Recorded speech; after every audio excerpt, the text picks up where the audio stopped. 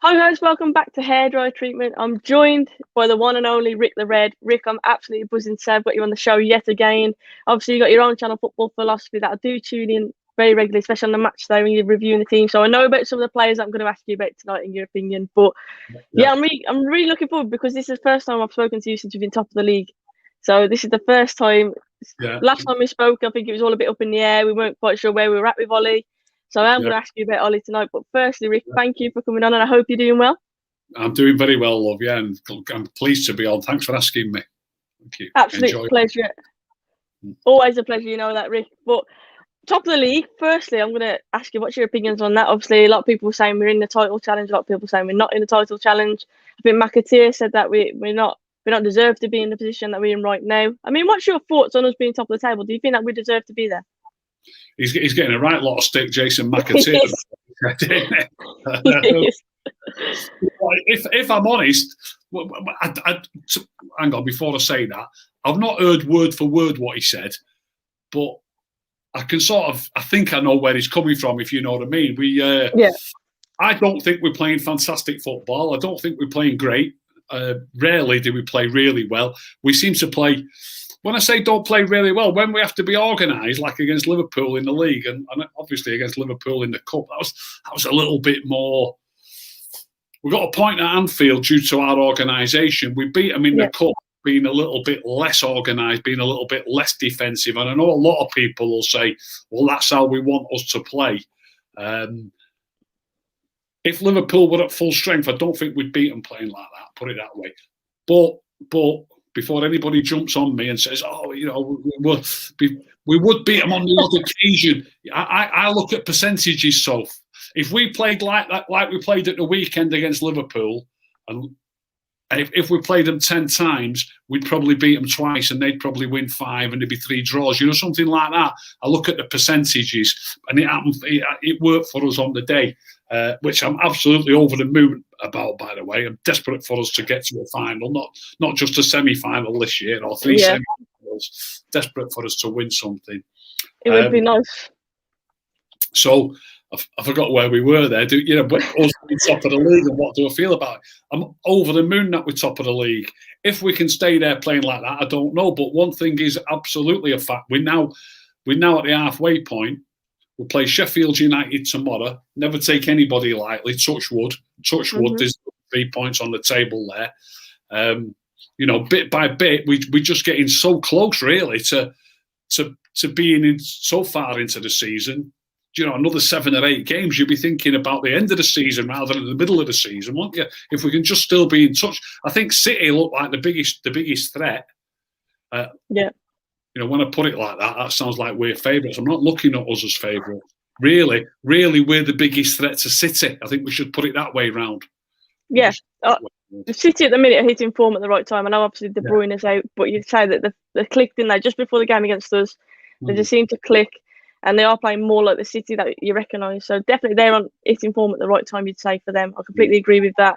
I also agree with what you say. Like, when we control games, we've got to draw it, like you say, Anfield, but we seem to control that game. We're looking up to win in the end. If Liverpool were at full strength, you've got more chance of beating them playing like that. I understand what you're saying, because if it's open, they're going to take the chances. And Liverpool haven't been clinical of late. And I think that kind of played into our hands at the weekend. But at the same time, I think you've got to give Ollie credit for going for it. And yet it was a cup tie. But we still managed to rotate. And in the past, we wouldn't be able to do that. We wouldn't be able to rotate our squad and still get through that game like we did. And I think that is credit that Ollie is building something. And Prince says, McAteer said that we are in a false position. He did say that we don't play like a top-of-the-table team, didn't he? Thanks for that, Prince. Really appreciate it. But in terms of the whole feeling at United at the minute, it's positive, isn't it? I just mentioned Ollie. Obviously, we've heard what's happened to Frank Lampard at Chelsea. I personally feel sorry for Frank Lampard. I get it. He had a lot of money to spend. But Ollie deserves credit, and he doesn't, Rick, because there's a lot of people comparing Lampard and Ollie at the start of the season, saying PE teacher and whatnot. He does deserve credit for the way that he's reacted to certain barriers, like, for example, the Pogba situation as well. His man management has been class, hasn't it? Yeah, he's done a lot of things really well. I was a bit hot-headed on the night, but when we got knocked out of the Champions League, even I was saying it's time for him to go, but he's turned it round in a big way since then. The way he approached those 2 Champions League games, I thought was amateurish, not defensive enough for me. getting beat 3-2, and was it 3-1 by PSG? I can't remember now. We got beat at Old Trafford by PSG. We don't like to think about it, Rick. Yeah, but since then, like, we played City a week or so after that, and he approached that City game when we drew 0-0 with City like he should have approached those games. So he's definitely he's sort of learning on the job, if you like. I mean, I don't know if he could replay those 2 Champions League games, would he approach it like he approached the City game? With 2 banks of 4 and a number 10 dropping in to help as well, because that's how we should have approached it, and he didn't approach it like that, either of them. But since then, since we've got knocked out of the Champions League, he's gone from strength to strength. Just the one hiccup against City, obviously, in the semi-final. But, City, like you just said, City are a top team, aren't they? They're in form at the moment. Definitely. I'm Blue. Thank you for the super chat. It says, how can we not deserve to be top of the league when we seize the chances we get? Not our problem that Liverpool and City squander the chances they get. And I completely agree. You'd have to say that we have took our chances so far. When the pressure has been on, we have stepped up to the plate. We have got the result most of the time. Like you say, we had one hiccup against City. But other than that, especially in like the games, you class as big games where you call it a 6-pointer almost, where the pressure maybe would have got to us in the past, like Fulham, for example, like the likes of Burnley, where in the past we probably would have succumbed and maybe dropped points there. That is progression on our behalf, isn't it? You've got to say that we have improved in those kind of games. The mentality is improving. 100%. I've always said, particularly these last 2 or 3 seasons, the way City and Liverpool have gone about it, you've got to win virtually every game. You can afford. When I say virtually every game, I mean against all the teams who are outside the Big Six. It's great if you can win against the Big Six, but no matter what you do, you might not win when you're playing another big club. It's a difficult game. I know everybody says none of the games are easy, and they're not easy.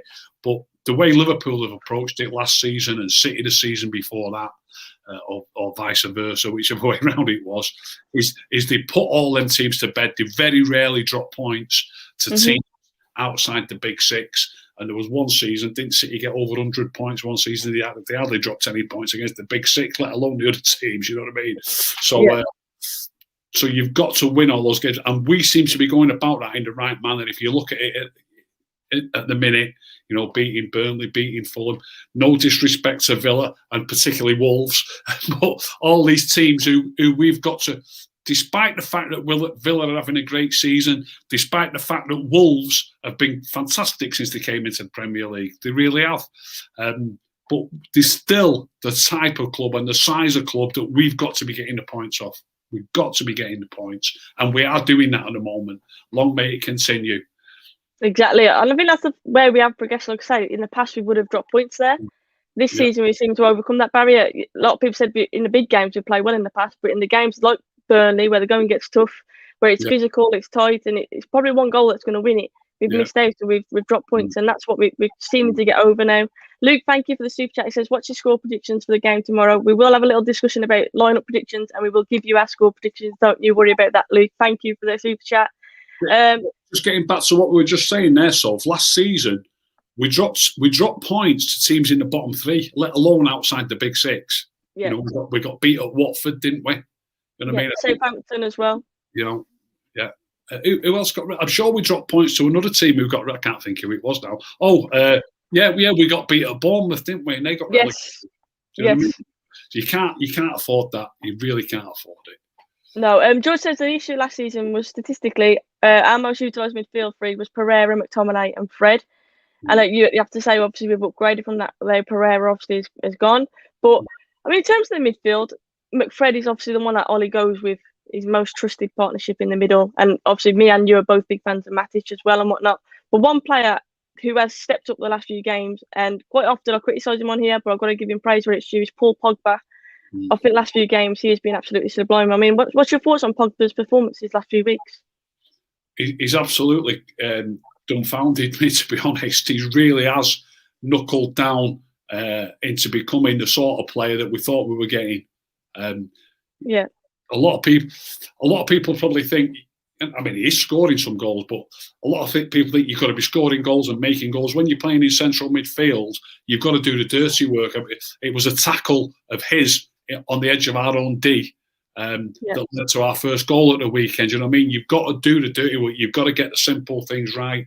And most of the time, he's getting the simple things right, playing it easy. And he looks like a proper central midfield player at times these days. He really does. And also, he's not just playing in that position. If the manager wants to go with McTominay and Fred, which he often does, Pogba's not getting shut. I mean, at one point, it was McTominay and Fred, or it was Matic and Pogba. And now it's McTominay and Fred. He's giving Pogba the game, either wide right or wide left. And he did that. He played wide on the left, I think, against City, or was it wide right? But he certainly had the job of tracking one of their full-backs when we drew 0. And he's done the same again against Liverpool at Anfield. He played wide. And that's what I like about him as well, is the fact, like you say, he's been willing to play different positions and it hasn't held him back. If anything, he's blossomed in that. He's seen more of like a free role from it. Yeah. And like you say, scoring goals. And I think the way that Ollie has dealt with the whole situation, obviously a lot of United fans were saying, I do not want to see him wearing the shirt again after what Raiola said, and his agent got involved yet again, causing a stir. But from that point, you'd have to say it's like he's really knuckled down. He looks a lot hungrier. He looks like he's up for the fight. And yes, COVID, to be fair, probably affected him as well. I think that obviously adds into the mix. But whatever Ollie has said to him, it's obviously working, and long may it continue. I saw my dad just said something in the chat saying that Paul Pogba, obviously, he agrees that he's playing well at the moment. But how many times have you seen him play 4 or 5 good games and then go back to normal, sell? And I think that's a good point. He's got to keep it up, hasn't he? The consistency is what is important. But I'd have to say, last few games, he has been doing that. And like I say, long may it continue. And a player like Bruno Fernandes, obviously, I'll hold my hands up and say, last few games, I don't think he's played particularly well. But yet again, a defining moment, the free kick against Liverpool at the weekend. You just can't leave him out, can you, Rick? It's a fantastic free kick. He was. You know, his stats are unbelievable. I think you know my feelings. I'd love him to simplify his game. A lot of people get on my case because I say he plays too many long balls. You see, people get on my case, but after the game against Fulham, even the manager said we were playing too many Hollywood balls. Did you hear him say that? Do you know what I mean? So he doesn't. He can't mean anybody else. Who else can he mean? Do you know what I mean? He doesn't. Yeah. I don't think he means Eric Bailey or Wan-Bissaka, does he? You know what I mean? So he definitely doesn't mean Wan-Bissaka. I can assure you that, Rick. He does not mean Wan-Bissaka. We're playing too many Hollywood balls. So to me, we need to simplify our game. And people always say to me, yeah, but look at this and look at that. But the things that he's getting goals from and getting assists from are the type of things I do want him to do. It's the long balls that are not, you know, if you like, his goal was a free kick at the weekend. It was a fantastic free kick. People get on my case, so for sort of saying, people start saying to me, look at that. Yeah, but I expect him to do that. I'm not saying I don't want him to take free kicks. I'm not saying I don't want him to take penalties. Most of his assists are 5 and 10 yard passes. You know what I mean? It's just like if he simplified his game, a lot of people have him down as world class. So I don't. If he simplified his game and kept those stats up, he's an absolute world beater. Absolute world beater. And I listened to what the manager said last week. It wouldn't surprise me if they're working on that and talking to him about it. They won't want, at the same time, though, they won't want to knock his confidence, as if to say, look, they don't really want to say to him, oh, you're not really playing that well. You need to do this and you need to do that. I do think Bruno Fernandes is world class. I think the way that he's coming in and transformed us, I do think he's world class, but at the same time, he can still improve. I completely agree. I think sometimes it's almost like in his head, he knows what he wants to do, but he moves too fast for his feet. Like he tries to play an out of the foot pass when he could just play a simple pass. And if it comes off, it looks brilliant, don't get me wrong. But I do agree. I think sometimes he does try and overplay and try and do that, like I said, the Hollywood ball, as you'd like to call it. But I do think he is a world class player. And I think, like I say, the way that he's transformed us is just phenomenal. None of us expected him to have the impact that he has had. And he's just transformed us completely. His mindset, he's got that leadership, obviously, about him as well.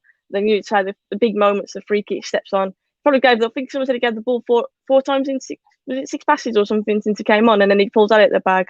Something like that.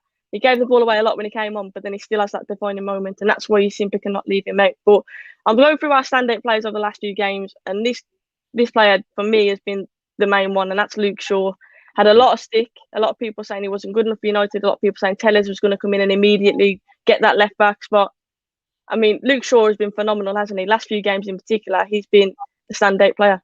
Yeah, he was superb at Anfield, wasn't he? Absolutely superb, and he's been playing well for a while. I think. I thought he was playing well last season towards the end of the season. Yeah, and I think one or two performances have been standout performances recently, and it's brought him into the public eye, if you like. So everybody, they're saying it on Match of the Day. Everyone's saying how well he's playing. And in general, all right, there's a couple of stats. Obviously, the Anfield performance in particular was outstanding. But in general, I think he's playing generally pretty much like he was playing last season. Don't forget we've been on this run since, like you've just said, since Bruno signed, and Luke Shaw's been in the team all the time, and he's been playing centre half in a lot of it, not a lot of the time, but in some of the big games. Played him as a third centre back as well, didn't he? He played great against City before lockdown. You know what I mean? He's been all right, Luke Shaw, for a while, I think. I agree. I mean, I've never jumped on that bandwagon that Luke Shaw needs to go. I've said that going forwards. I think he needs to be better. Sometimes I think he was a bit negative, and that's purely because I know that he can go forwards. I know that he's fairly quick. Luke Shaw, good on the ball. He can whip a wicked left ball. I think it was a confidence thing with him, but I think Tellers coming in has obviously pushed him. And like I say, I think we're reaping the rewards now because he's just flying at the moment. He looks confident going forwards. He's direct on the ball. He gets his head up. Not scared to put the ball in. We've even seen him taking set pieces, whereas in the past, Luke Shaw was nowhere near them. Yeah.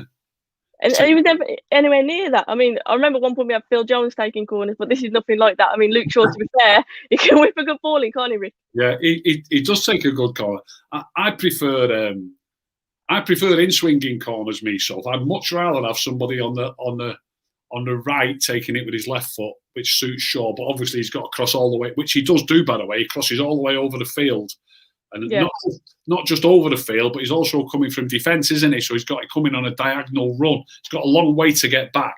So it is a bit of an awkward one, that I think, a left footer taking him on the right.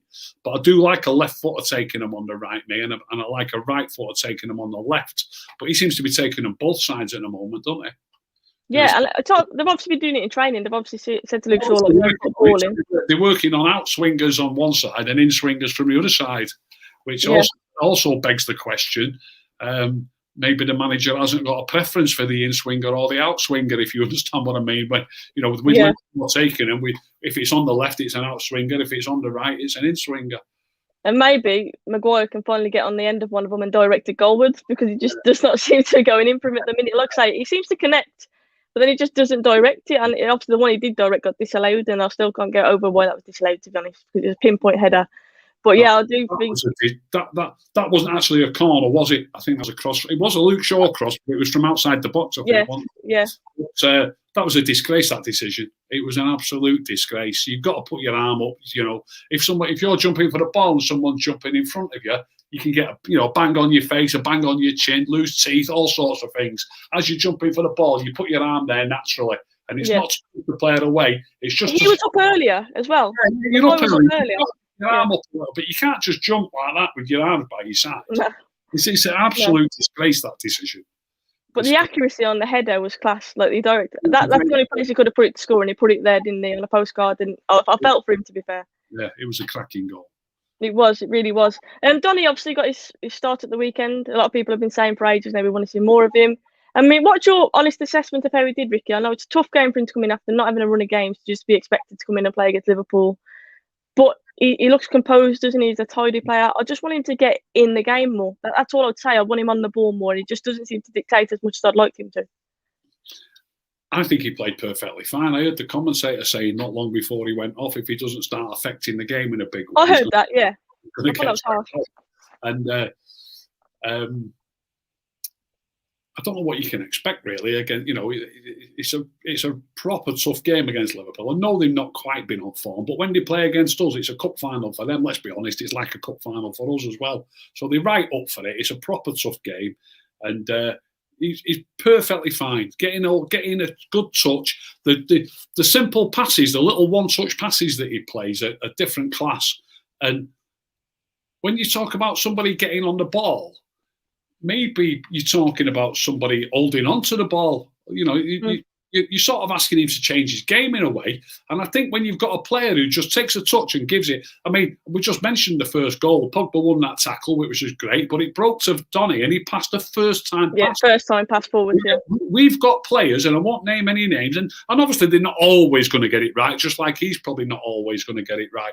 But we've got lots of players who would have took a touch on that ball rather than just passing it. Just that one touch, that extra second might have meant it might not have happened. Do you know what I mean? So you've got to see that pass and give it instantly. And what he did there was superb. One touch, straight, sometimes when you say one touch, people think you mean a touch and then the pass. I don't mean a touch and then the pass. The actual touch was a pass straight out to him. And you need that in your team. And I think he does it brilliantly. And he likes that, doesn't he, Van de Beek? It's a very hard game. We were drawing 2-2 with Liverpool when he got took off, and I don't think he'd let the side down in any way, shape, or form. I agree. I think he had a steady game like that. I just wanted him on the ball even more because he's so good on the ball, but that's not necessarily his fault. Liverpool obviously congested that area, and it's about us getting wide and whatnot. And I literally don't blame him for that. I think if you haven't got a run of games as well, it's a tough game to come into. But when he's got the ball, he's composed, like you say, that instinct to pass the ball forwards first time. You can just see he's a natural, talented footballer, intelligent footballer, and I just want us to get more use out of him. That's the only thing I can say on him at the moment. I've said a few times, Soph, his best position is number 10, and he played at number 10 at the weekend, and obviously Bruno came on and made a difference. I get that. But sometimes I just think he underuses him in as much as I noticed Bruno throwing his rattle out of the pram when he got subbed with a minute to go, didn't he? Not long ago, 2 or 3 games ago. But whether if a game's going great, I think he should give Van de Beek 15 or 20 minutes there, not a minute or 2. Do you know what I mean? And if it's not going great, rather than thinking, oh, it's going to work for us, make a change. Put somebody on who's just different, and it can, you don't necessarily have to expect that player to be the one who scores the goal. Do you know what I mean? Just a different style of player. It gives the opponent something different to think about, and I think he's underusing Van de Beek as a substitute. I don't mean necessarily starting games too often, but I think he's not giving him enough game time as a substitute, and I think part of the reason is that his best position is the same position that Bruno's playing. And I don't know if it's the right phraseology, but he's sort of frightened of taking Bruno off for 15 or 20 minutes. And I don't think he should be. It's not like you're replacing him with some kid who might let you down. Do you know what I mean? Yeah, I understand it. And I also understand it from the other point of view where, like I say, we've seen how we don't perform as good if Bruno isn't on the pitch. That's a fact. Like Bruno does transform us, he lifts us. And I can kind of understand it from Ollie's point of view, but at the same time, I think you've got to trust your players. Like you say, you've signed Van de Beek for decent money. Whenever he has been called upon, he's done perfectly fine. He's played well. And I think he also gives us a bit of control, Van de Beek, because like I say, he rarely loses the ball. He's an intelligent player, likes little 1-2 touch passes. He keeps it simple a lot of the time, but he rarely loses the ball. So I think if it is near the end of the game where maybe you need to hold on to the ball, you basically want to kill it off, Van de Beek for me is a good change to make because like I say, he rarely loses it. And he's in tight spaces, such an intelligent player. But like I say, hopefully we do see more of him. I do think it'll be more cup games and league games at the moment. But I completely agree with you. Why not bring him on towards the end of games? Ollie, obviously, in the past has been criticised for his substitutions, saying that he makes them too late and whatnot. Do you think that that's another lesson that Ollie is learning? Because I think last few games you've seen that his substitutions have improved. Yeah, I think he is. I think he is improving on that. He's improving, isn't he? Yeah, he is improving, but there's a way to go, I think. Well, we all have our different opinions on players, don't we? Sometimes I don't agree with the actual substitution that he makes, even whether he makes it quick enough or not. But there's certainly the times where he's bringing. I mean, we were just talking about bringing Van de Beek on, weren't we? And was it against City where he brought him on with 30 seconds to go or something? Do you know what I mean? That's it. What he meant to do in that time. And at 2-0 down as well. Do you know what I mean? Yeah, I completely understand. But I feel like, say, last few games in particular, obviously, I know we're winning, it's going well and whatnot, but the timing of the substitutions have seemed to improve, and I don't know if that's experience from him or whatever it is, but definitely I can see that he isn't leaving it quite so late as he has been. Like you say, Van de Beek coming on, not only is it like, what can he do in that time, but his confidence as well. Like if you're being brought on, I mean, that's happened to me as a player and I found it frustrating, so I can only understand how he feels. And I just think for confidence as well, that's probably not the best way to go about it. But I'm happy that Van der Beek played. I'm happy that he had a positive performance, and he seems happy enough at United at the moment. To be fair, and the squad, the morale seems happy as well. Sheffield obviously tomorrow. I mean, going into that game, Ricky, we should be feeling confident. But as you've already touched on, no game is an easy game in the Premier League, and they're fighting to stay up. Yeah, when you're a top team challenging for the title or hoping to win the title, like Liverpool and City have done over the last couple of years, you do need to be able to put some games to bed early. You're not always going to get the points if you're hanging on at the end, or if you still need. I know it's worked for us recently. We were hanging on a little bit against Villa. We actually got the winner in injury time against Wolves. Against Fulham, the bounce off Bailey's thigh went an the right side of the post for us. Complete accident. It could have gone an inch the wrong side of the post for us. So we need at some stage to start winning 2, 3, and 4-0, like City have done over the last couple of years, and like Liverpool have. So I'm desperate for that to start tomorrow night. I don't want us, especially don't want us to be needing a goal in the 85th minute. But I also don't want us to be only one goal up in the 85th minute either. We're desperate, and no disrespect to Sheffield United. At the end of the day, they are bottom of the league and we're top of the league. And we need to be 2 or 3-0 up on 75, 80 minutes. I'll be devastated if we don't. Yeah, and you know what? The thing is, we mentioned like the 1-0, the 2-1s that we've won recently, the 3-2. It's not like we haven't had the chances though, isn't it? I think we need to be a bit more clinical in goal. I think sometimes we try and we overplay almost too much. I want to see the likes of Martial, for example, Rashford just going for it sometimes rather than trying to play that perfect pass. And obviously, the pass at the weekend by Rashford was perfect. But how many times have you seen Rashford try and play that ball and he's overhit it or underhit it? Obviously, that one paid off. But I think that at times we overcomplicate it. And I think that's the frustrating thing. We do create the chances. We can definitely put 3 or 4 away every game. It's about us actually taking them chances, isn't it? And like you say, the likes of City, Liverpool in past seasons have done that. And I think that's where we need to improve, is that how clinical we are in front of goal, definitely. But in terms of Sheffield, in terms of the lineup, obviously we mentioned like the Donny and obviously Martial. I've just touched on Cavani. Rashford supposedly is going to be okay. He trained today. Can you see Ollie rotating much from the game at Fulham? Do you think Pogba will start, for example? And the main question I want to ask you is, if we're going with one, Martial or Cavani centrally, who would you choose? Because I know you're a big Tony fan, but I also know you're a fan of Cavani as well. Personally, me, I would like to see Cavani start. What's your thoughts on it? Cavani's more of a natural goal scorer, without a doubt. Yeah, he's got better movement in the box. I would go with Cavani, but then again, I would always have Martial on the left. Yeah, I agree. I think I'd probably go with Rashford right, Martial left, and Cavani up top. But he is rotating, like you said, and he is giving people breathers. Cavani played against Liverpool and he played against Fulham. Just got a sneaky feeling he might get a breather tomorrow. And Rashford's also a little. See, the problem they've got is Cavani's really only a number 9. Martial can play 9 or on the left, and Rashford can play on the left or at number 9. I don't think any of them prefer playing on the right. I'm sure they could all do an okay job there, but if given the choice, I think for both Martial and for Rashford, the last choice would be to be playing wide on the right. So obviously we've got Greenwood, who did score from the right weekend.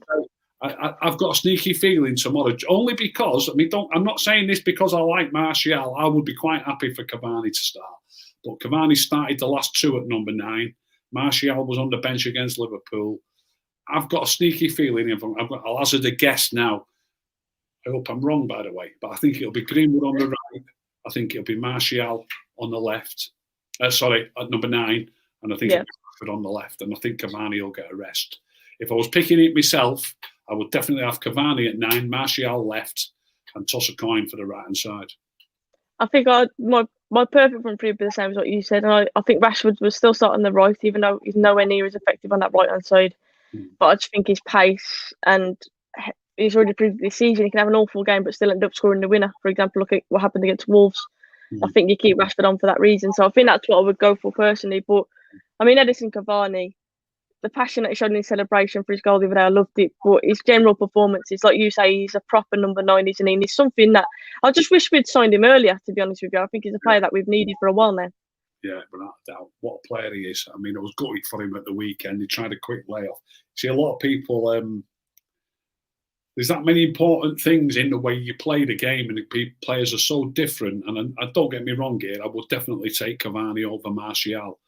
But Martial, he's absolutely class at receiving the ball in his own half and rarely just plays a loose ball. He takes it, controls it, plays an easy ball.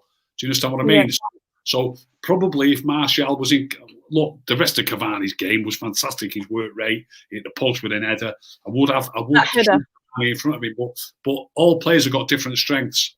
If that was Martial there just for that moment, he probably would have controlled that ball instead of trying to quick pass out to the right, difficult pass with a bouncing ball, and they've scored from it. You know what I mean? So there is different strengths to people's games.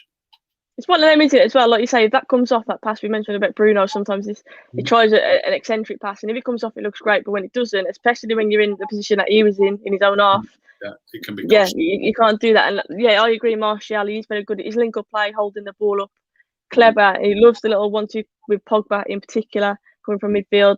That's the side of Martial that I do think his quality. You can't deny his hold-up play, his link-up, his intelligence when he's got the ball in that position. But yeah, Martial, I prefer to see him out on that left-hand side, because when he's driving at a player, he can go either way. He's very hard to stop when he does get going.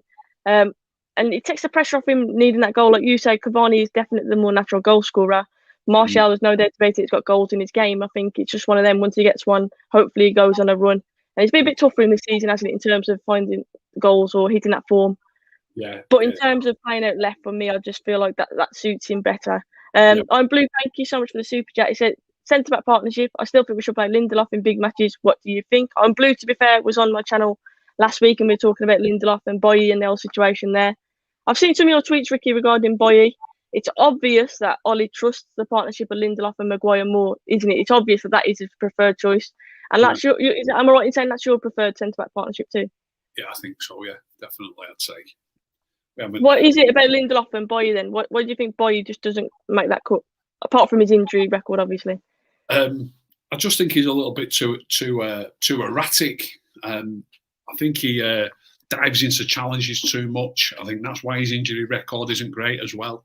Doesn't stay on his feet quite enough, and he's a lot of people like the fact that he's so headstrong and running into people, if you like, and challenging for balls in the air. There was a ball against Burnley where he just ran into a player and knocked him flying, and they got a free kick, and a lot of people liked it. I think Lindelof would have just stood back, let him flick it on, and hopefully, it comes to you, you're there to collect it, or he takes it down and passes it backwards. But don't just run into him and plough him over and give him a free kick. You know what I mean? And Some people like to see that, and I just prefer calmer, cooler players, and I think Lindelof fits that. I think. I just do think, in a nutshell, I think he's a better footballer. To be fair, in terms of footballer, on the ball, I think Lindelof, you could say he's a good footballer. He reads the game well. The only time I really worry with Lindelof is in the more physical battles. Like a few times, I think in the air in particular, he's been a bit vulnerable. When the ball's on the floor, I think Lindelof is, like you say, he reads the game well, fantastic footballer. It's just the physical battles where I think Boye has the edge on him. But at the same time, I agree with you. Like, if you're the manager and you've got Boye in your team, like, you're going to be on the edge, aren't you? Because you just know he's going to pull off some kind of mad turn, or he always likes to take a risk. And as a centre back, it's not the best, is it, when you've got someone who wants to take a risk? And I understand that against the kind of players that you're playing against. But I do think Boye has been playing well this season. I've got him a bit when he came back, and obviously a lot of people talk about his fitness, and I think fitness is a big thing for him as well. We need to rotate because he's made of glasses and he Rick, quite frankly, and we need to protect him. But it's a good situation to be in, having someone like Lindelof be able to step in as well, isn't it? Like, it's a good problem to have for Ollie. Yeah, it is. It's good that we've got three centre backs that are pushing for the game, without a doubt, and we've got cover. I mean, years ago we used to have four top centre backs always, but at the minute we seem to have three.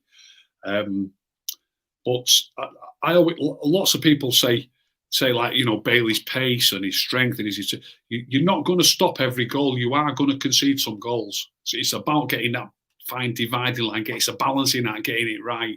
So against Fulham, against Fulham last week, they took the lead, and Bailey got a lot of stick for that, not being quite in line and not moving over as Maguire pulled over. And I think Rio Ferdinand pointed out on TV that he's got his arms out like that, Bailey, going, what's happening, rather than just going to mark the man.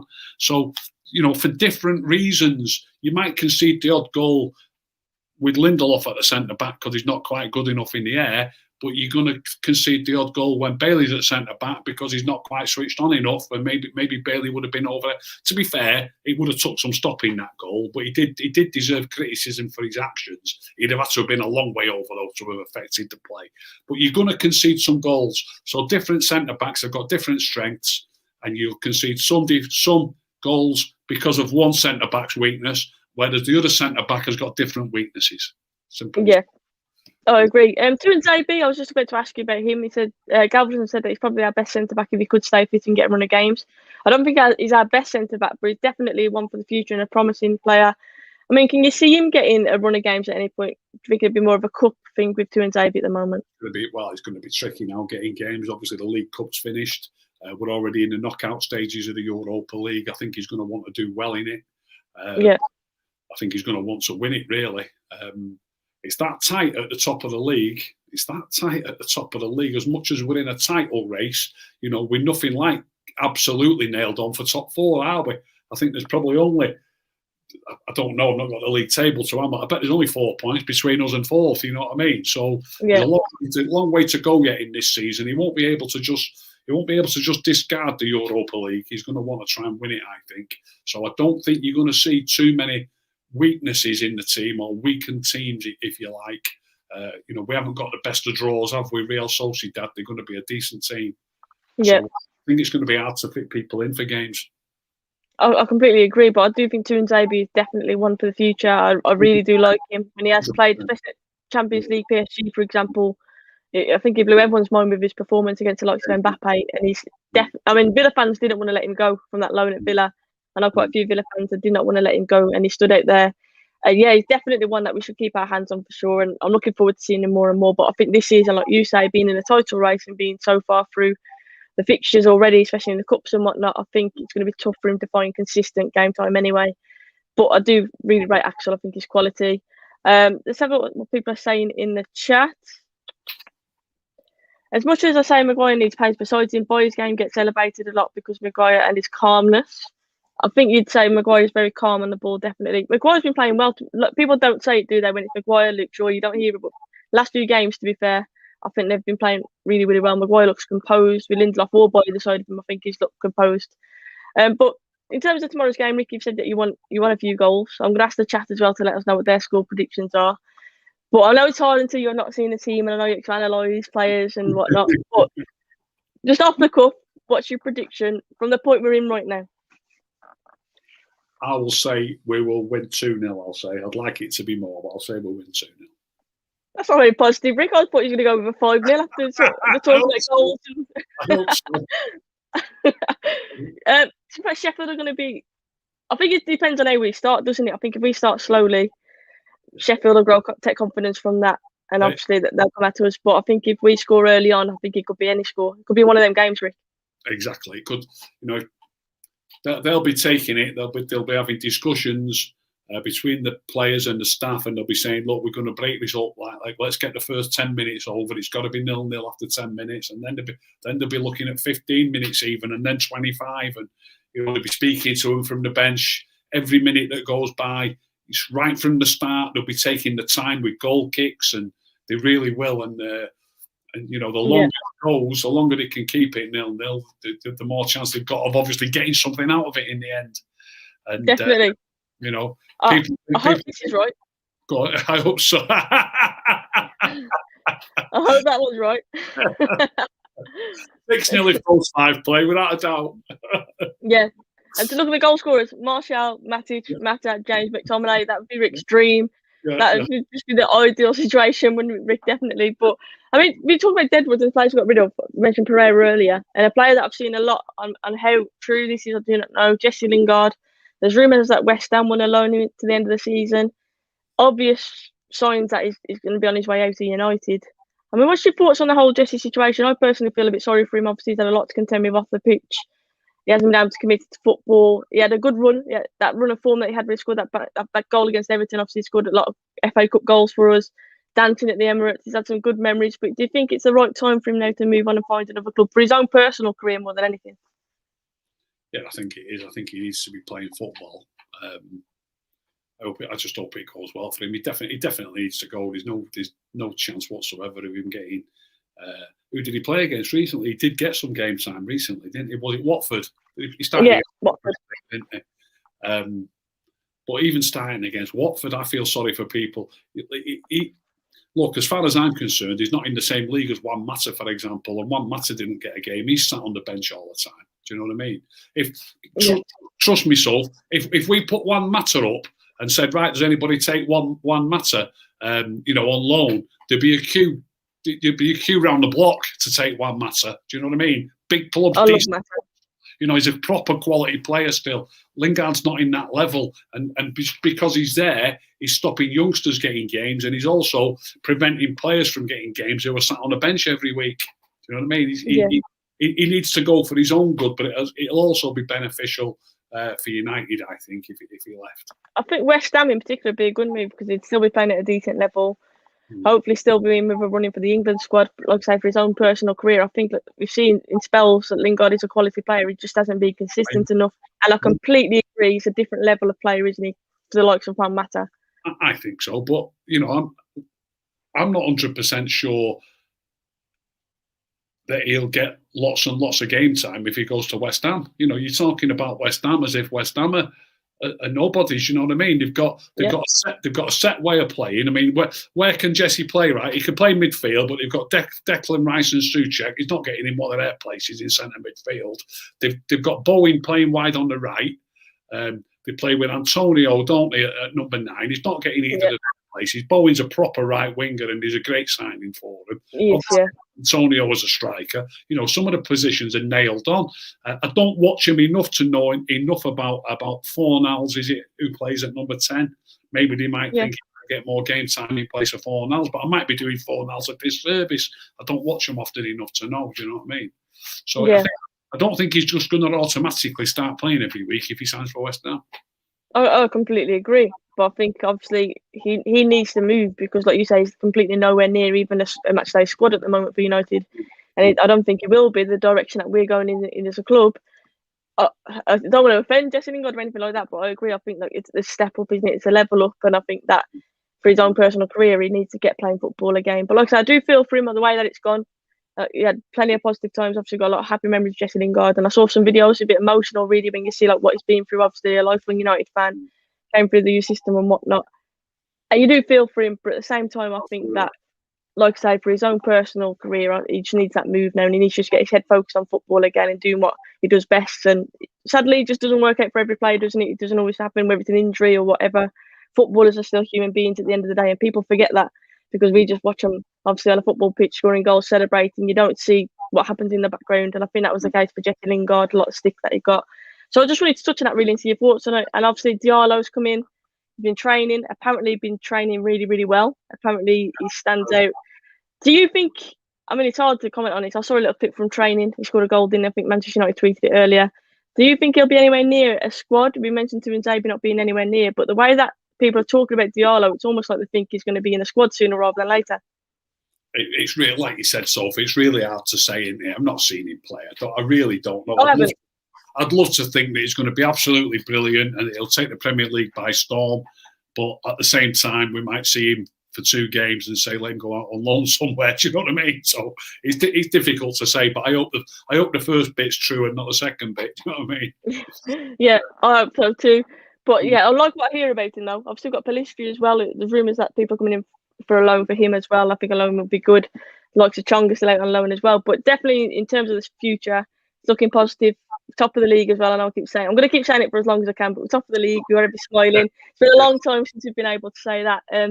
Guys in the chat, if you could hit a like on the video, please do that. Really appreciate it if you've enjoyed the content. Obviously, Ricky, as always, an absolutely fantastic guest.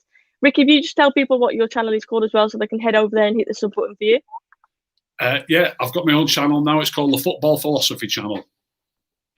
Definitely go and check it out. A lot of content, obviously regarding United, but I've seen a lot of shows to do with football in general. Obviously, Ricky is always analysing games and doing what he does best. So definitely go and hit him a sub as well. Go and support his channel. Obviously, support mine. Hit the sub on hair dry treatment as well. My prediction for tomorrow, because I'm not going to cop out of it. I know you've done yours and I didn't do mine. I'm going to say 3-0 to United. I'm going to go one better than you. 3-0. Hopefully an early goal. Yeah. Personally, I think we'll get a few early goals and then we'll sit back like we normally do and probably catch up on the counter attack towards the end and get that third. Rather see us just go at them and just keep, not just be satisfied with 2, just keep going at them. Do you know what I mean? I think we do that far too often. We make subs and we slow it down. I want to see us be ruthless tomorrow and hopefully we get that. But until then, guys, keep smiling, stay positive. Ricky, thanks again for coming on. I appreciate it. We'll speak to you soon. Enjoy the game tomorrow. Take care.